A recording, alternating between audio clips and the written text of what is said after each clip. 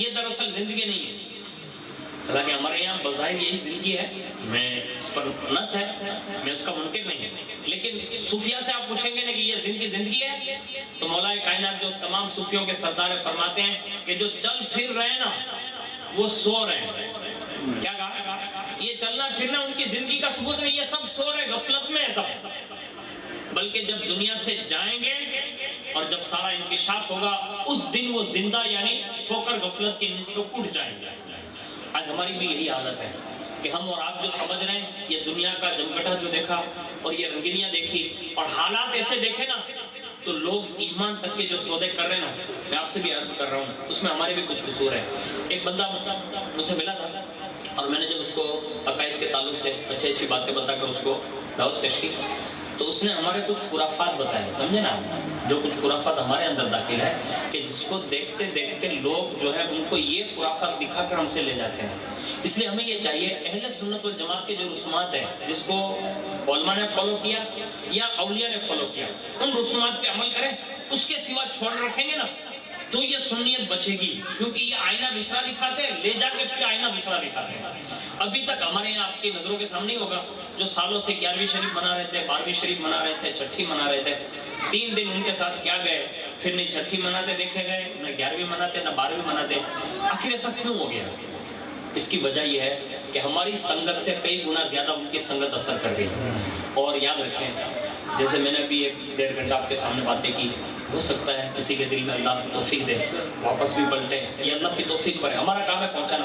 لیکن وہ 3 دن جو ایکسٹرا لے جاتے ہیں نا, اس میں وہ کچھ جادو بازی نہیں کرتے, مطلب ایکسٹرا کوئی وہ نہیں کرتے اندر, نہیں, وہ ہماری کمیاں بتاتے ہیں اندر لے جاتے ہیں. سمجھ رہے ہیں میری بات, آپ سمجھ رہے ہیں؟ ہمارے علم کی کمی بتا رہے ہو, ہماری بے نمازیوں کی کمی بتا رہے ہو, ہمارے شرعی مسائل میں جو حالات بنے ہوئے ہیں, یعنی جن خوشیوں کے موقع پر ہم جو ڈرامے کرتے ہیں وہ بتایا جا رہا ہے.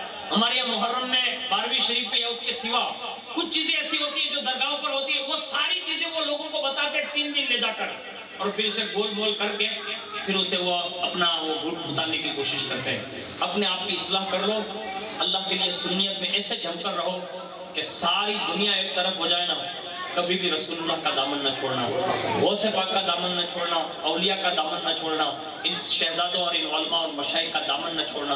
اس لیے کہ یہ دامن جس ہاتھ میں آ جاتا ہے نا, تو پھر وہ قیامت کے دن اللہ کے قرب میں جب لوگ پہنچیں گے نا, امام نے بڑے مزے میں کہا ہے, آج لے ان کی پناہ. یہ جملہ لوگ کہتے ہیں یہ وہابیوں کو آتا, دراصل امام نے انہیں دعوت بھی دی ہے, یعنی اس جملے میں یہ دعوت بھی ہے, یعنی یہ کہتے ہیں کہ آج لے ان کی پناہ, آج مدد مانگ ان سے, پھر نہ مانیں گے قیامت میں اگر مانیں گے. یعنی کہا یہ دنیا میں ہے نا, ابھی وقت ہے تیرے پاس, خالی پیسہ دیکھے گا نا تو چلا جائے گا, خالی مکان دیکھے گا نا تو چلا جائے گا, خالی واہ واہ دیکھے گا نا تو چلا جائے گا, دنیا دیکھے گا نا تو چلا جائے گا. پیچھے مڑ کے بھی تھوڑا دیکھ, تیرے جسم اور روح کا رشتہ بھی ٹوٹنے والا ہے. اسرائیل آنے والے ہیں, قبر ہے, حشر ہے, عالم برزخ ہے, پھر حشر ہے, اور وہاں بڑے بڑے مراحل سے تجھے گزرنا ہے. وہاں کوئی دھن دولت کچھ کام نہیں آئے گی. وہاں اگر کوئی کام آئیں گے نا تو ہم سب کے آقا محمد رسول اللہ صلی اللہ علیہ وسلم کام آئیں گے. اور جو بدبخت یہ کہتے ہیں, جو سوشل میڈیا پر بھی چلا ہوا ہے, وہ بدبخت یہ کہتا ہے کہ معاذ اللہ جو نبی اپنی بیٹی فاطمہ کو نہیں بچا سکتے وہ امتیوں کو کیا بچائیں گے. ان بدبختوں کو معلوم نہیں, ہم جو نبی جانتے ہیں نا, کہ ہم جس نبی کو مانتے ہیں اس نبی کی بیٹی کے تعلق سے تو نے یہ کہہ کر تو نے تو اپنی بدبختی کا اعلان کیا, لیکن ہم اپنی محبتوں کا اظہار یوں کرتے ہیں کہ سیدہ تو بہت بڑی شان کی مالک ہے, ان کے بابا بھی بہت بڑی شان کے مالک ہیں. صدیوں کے بعد فاطمی خاندان میں 2 بیٹے ہوئے, 2 بیٹے, ایک کا نام محی الدین ہے اور ایک کا نام معین الدین ہے. دونوں نے اپنے ملفوظات میں کہا ہے کہ جب خدا اپنی بارگاہ میں ہمیں کھڑا کر دے گا, ہم دونوں اس وقت تک جنت میں قدم نہیں رکھیں گے جب تک کہ سارے قادریوں اور چشتیوں کو جنت میں داخل نہ فرمائیں. ہم اس شہزادوں کو ماننے والے لوگ ہیں جن کے بیٹے شان کے مالک ہو, تو مجھے بتاؤ ان کی دادی اماں کی شان کی ملکہ ہوگی. ارے جب فاطمہ اس شان کی بیٹی ہو کر شہزادی ہو کر اس شان کی ملکہ ہے کہ عرش کے پائے کو پکڑ کر کہے کہ مولا میں نے اپنا سارا کنبہ تیری بارگاہ میں لٹا دیا تو رسول اللہ کے عاشقوں کو بخش دے. یہ ان کے کہنے پر سب ہوگا. یہ جو لوگ کہہ رہے ہیں کہ وہاں کچھ نہیں ہوگا یہ حقیقت میں میرے گرے ہوئے لوگ ہیں اور یہ اتنے گرے ہوئے لوگ ہیں کہ ہمارے یہاں اس کا کوئی تصور نہیں. ہم کسی جانور کو بھی اچھا اس لیے کہتے ہیں کہ وہ بھی غلام مصطفیٰ ہوتا ہے. ہم جانور کو اس لیے اچھا کہتے ہیں کہ وہ بھی اعلیٰ حضرت کے زمانے میں باقاعدہ ایک امام صاحب تقریر کر رہے تھے اور ایک کتا گھس گیا. اب حضرت جو بھی وہاں رہے ہو انہوں نے تقریر کرتے کرتے کہا وہاں بھی آ گیا. یعنی کتا آیا نا تو کہا وہاں بھی آ گیا. جیسے یہ سنا نا تو اعلیٰ حضرت ہے کوئی عام بندے کا نام تھوڑی ہے. عشق کے جذبات یہ تھے. کہا حضرت آپ توبہ کر لیجیے. کہا حضرت آپ توبہ کر لیجیے. کہا کیوں؟ کہا جانور کوئی بھی گستاخ رسول نہیں ہو سکتا. یہ کتے کے بارے میں اعلیٰ حضرت کے سیرت کے اندر لکھا کہ یہ ہماری اصطلاح جو ہے نا گستاخ وہاں بھی کہاں ہاں کہ یہ گستاخ رسول کو ہم کہتے ہیں کہاں ہاں. اور رسول اللہ کی ظاہری زندگی میں سینکڑوں جانوروں کے تعلق سے یہ واقعات موجود ہیں کہ جانور ہو کر بھی رسول اللہ کا احترام اور ادب کرتے ہیں. اب آپ سمجھ سکتے ہیں کہ میرا مطلب کیا تھا اور میں نے جو بھی باتیں ہو سکی وہ سے پاک اور صحابہ اور رسول اللہ کے تعلق سے جو بھی کہی اللہ سے دعا کریں. تو ہمیں اس پہ بھی تھوڑی توجہ کرنی ہوگی کہ جو بھی ہماری قوم کے بچے ہیں جو ان کی سنگتیں اختیار کرتے ہیں اور وہاں جانا آنا شروع ہے اللہ کے لیے کوشش کریں. اللہ نے بڑا سہانا وقت دیا ہے. اپنے بچوں کی حفاظت کرنا یہ ہماری ذمہ داری ہے. اگر ہم نے اس کے لیے ہوش کے ناخن نہیں لیا نا تو سنو بچہ بگڑ کتنا سکتا ہے. ہمارے بزرگوں نے لکھا ہے کہ نیکوکار جو ہوتے ہیں نا نیکوکار یعنی اچھی سنگت اس کے اثر میں تھوڑا دیر لگتی ہے یعنی بڑی دیر کے بعد وہ اثر ہوتا ہے اور برے کی سنگت جو ہے نا جلدی اثر کرتی ہے. اس لیے ہمیں اور آپ کو چاہیے کہ جو بھی ہمارے جوان ان کی سنگت میں وہاں مراکز پر جاتے ہیں ان کو روکیں ان کو سمجھائیں اور سمجھا بجھا کر ان کو واپس لائیں. واپس لانے کی بھی ذمہ داری ہماری ہے. اگر ہم نے کسی ایک بھی بندے کو بچا لیا نا تو یہ ہماری شفاعت کا سبب بن جائے گا. لیکن اس کے لیے ہمیں اور آپ کو چاہیے کہ ہم کوشش کریں جد و جہد. خالی باتوں سے نہیں ہوگا یہ باتوں سے نہیں ہوتا. اس کے لیے بڑی جد و جہد کرنی پڑتی ہے. اب یہ حالات ہے کہ دنیاوی اعتبار سے لوگ یہ کہتے ہیں کہ بھائی اتنا دھن دولت سب کچھ پاور سب کچھ ان کے پاس ہے ہمارے پاس کیا ہے. میں آپ کو ایک جاتے جاتے ایک بات بتا دے رہا ہوں. محرم شریف میں بیان 10 دن سنتے ہیں نا آپ لوگ سنے ہوں گے نا. تاریخ کربلا کی یہ بات پڑھ کر مجھے خود کو حیرت ہے کہ اللہ اکبر. اللہ جسے چاہتا ہے نا اور اللہ کے رسول جسے چاہتے ہیں تو اللہ اینڈ وقت میں بھی ہدایت دیتا ہے. 22,000 کا لشکر اور وہ کس کے مقابلے میں نہیں امام حسین کے مقابلے میں. اور امام حسین کسی دیلواڑی کے خالی سید زادے کا نام نہیں ہے. میں جو بتا رہا ہوں یہ کسی ہندوستان کے شہزادے کا نام نہیں ہے. یہ جنتی جوانوں کے سردار کا نام ہے اور ڈائریکٹ سیدہ کائنات مولا کائنات اور رسول کائنات کا بیٹا ہے. لیکن دنیا جب آڑے آ جاتی ہے نا یعنی لالچ تو پھر جنتی جوانوں کا سردار بھی نظر نہیں آتا. تو میں کہتا ہوں جب یزیدیت کا غفلت کا پردہ پڑ جائے تو پھر اسے جنتی جوانوں کا سید بھی نظر نہیں آتا. تو دلواڑے کے سید صاحب یہ لوگوں کو کیسے نظر آئیں گے. لیکن سنو ایسے حالات میں جب یزیدیت کا پردہ پڑا ہوا غفلت ہے اس 22,000 میں سمجھانے کی جو میں بات کر رہا ہوں اس پہ میں گفتگو کر رہا ہوں. حالانکہ حضرت حور کے تعلق سے آپ نے سنا ہوگا امام حسین رضی اللہ تعالیٰ عنہ کے حوالے سے لکھا ہے کہ حور بن یزید نے جو آپ کو روکا تو کم و بیش 2 محرم یا 3 محرم سے لے کر یہ بات کنفرم ہے کہ وہیں اس نے روک لیا تھا اور گھماتے پھراتے کربلا کا جو اصل میدان جس کو کہتے ہیں اس میدان میں 3 یا 4 تاریخ کو وہاں پہنچ گئے تھے. یعنی 2-3 تاریخ میں وہاں پڑاؤ ڈال چکے تھے اور باقاعدہ یہ حور بن یزید کے ساتھ بھی کئی دن رہے. لیکن واہ امام حسین رضی اللہ تعالیٰ عنہ نے اس حور سے بھی یہی کہا. جملہ سنیے. اب لوگ کہتے ہیں نا کبھی کبھی کہ امام صاحب کو کیا ضرورت ہے کہ جمعہ میں سے فلاں کو نکال دیں. میرے یہاں بڑی شکایت ہے میری. لوگ ایسا بولتے ہیں کہ یہ مسجد میں گھسنے نہیں دیتا فلاں کو آنے نہیں دیتا. گھر کی مسجد ہے مسجد تو اللہ کا گھر ہے. کوئی بھی میں نے نواب بندر کے جے جمعہ کو بھی ہاتھ پکڑ کے باہر کر دیا. ہاں اس سے بھی میں نے جھگڑا کیا. میں نے کہا یہ تیرے باپ کی نہیں ہے یہ رسول پاک کے غلاموں کے لیے وقف ہے غداروں کے لیے نہیں ہے. اس کے ساتھ میں وہ کوپ والے، ہاں وہ بھی ساتھ میں تھے سب. تو اپنے مطلب یہ کھلے دل کے آدمی ہیں. تو امام حسین نے یہ جملہ کہا تاریخ میں. حور بن یزید آیا کس کی طرف سے تھا؟ ابن زیاد کی طرف، یعنی یزید کی طرف سے. امام حسین نے فرمایا حور میرے ساتھ نماز پڑھے گا کہ الگ پڑھے گا؟ کیا بات ہے. اب یہ کربلا کسی کو سمجھ میں نہیں آتی. دیکھیں مولانا نو کاٹے نو نہیں ہاتھ نا پرانو کربلا مت کیونکہ ہماری یار نماز پڑھی کہ ایکلو پڑھی. اب پوچھنے والا کون ہے؟ مولا علی کا بیٹا جس کا بابا باب مدینۃ العلم ہے. یہ پوچھ رہے ہیں تو ہمارے ساتھ نماز پڑھے گا کہ الگ پڑھے گا؟ اب حور بھی بڑا سنجیدہ قسم کا آدمی تھا. اس نے کہا کائنات کا امام سامنے اور میں الگ نماز پڑھوں، یعنی جنتی جوانوں کا سردار اور میں الگ نماز پڑھوں؟ ہمیں غور کرنا ہوگا. حور نے وہاں ابھی بھیجا کسی نے بھی تھا، لیکن امام کو دیکھتے ہوئے سنی صحیح عقیدہ مسلمان کو یہ چاہیے کہ وہ بھیجا ہوا ابن زیاد کا تھا، یزیدی حکومت کی طرف سے تھا، لیکن سامنے وہ دیکھ رہا تھا یہ جنتی جوانوں کا سردار کھڑا ہے، اور وہ امام ہے جس کی امامت کبریٰ مسلم ہے، یعنی جس پر اللہ اس کے رسول کی مہر ثبت ہے. میں اس کے ہوتے ہوئے کسی اور کے یہاں جاؤں گا اور الگ سے نماز پڑھوں گا؟ کا امام آپ کے ہوتے ہوئے حور الگ نماز نہیں پڑھ سکتا، آپ کے ساتھ پڑھے. کہا تیرے لشکری کا وہ کچھ بھی پرواہ کرے نہ کرے، میں تو آپ کے ساتھ ہوں اور میں آپ کے ساتھ ہوں تو وہ بھی پیچھے آئیں گے. کہا ٹھیک ہے. اب ہو گیا. اب یہ حور نے روکا، لیکن اس کے ساتھ میں امام حسین نے سلوک بھی ایسا کیا، کیونکہ سید کی شان یہ ہوتی ہے. سب سے پہلا یہ دستور پیش کیا کہ جیسے وہ آئے نا تو سب سے پہلے، اب تو ڈائریکٹ آیا لشکر تو پتہ نہیں تھا، بعد میں بات پتہ چلی کہ یہ اس لیے آیا. جیسے آیا نا تو سب سے پہلے دیکھ کر پوچھا کہاں سے آ رہا ہو؟ کہا یہاں سے. کہا اچھا. کہا تمہارے گھوڑے جو ہے نا وہ کہاں پر ہے؟ کہا ہاں. کہا ایک کام کرو ہمارے پاس تھوڑا سا پانی ہے. کہا ہاں. کہا پہلے اپنے جانوروں کو پلاؤ. اخلاق کا مظاہرہ کیا، اور اس کے بعد جب بات چیت ہوئی اور کئی دن امام حسین کے ساتھ وہ رہا، اور جب وہ رہا نا تو امام حسین نے روزانہ حور سے گفتگویں کی، کلام کیا، باتیں کی. اور اس باتوں میں آپ نے پوچھ لیا، کہا یہ بتا سکتا ہے حور؟ کہا کیا؟ کہا اب تو ہمارا پیچھا کب چھوڑے گا؟ کہا میں آپ کا پیچھا نہیں چھوڑ سکتا جب تک کہ میں آپ کو اس میدان تک نہ لے جاؤں، یعنی جہاں مجھے آرڈر دیا گیا میں آپ کا پیچھا ہی کرتا رہوں گا. جب یہ کہا نا کہ پیچھا کرتا رہوں گا تو آپ نے ایک جملہ کہا حور تجھ پر تیری ماں روئے.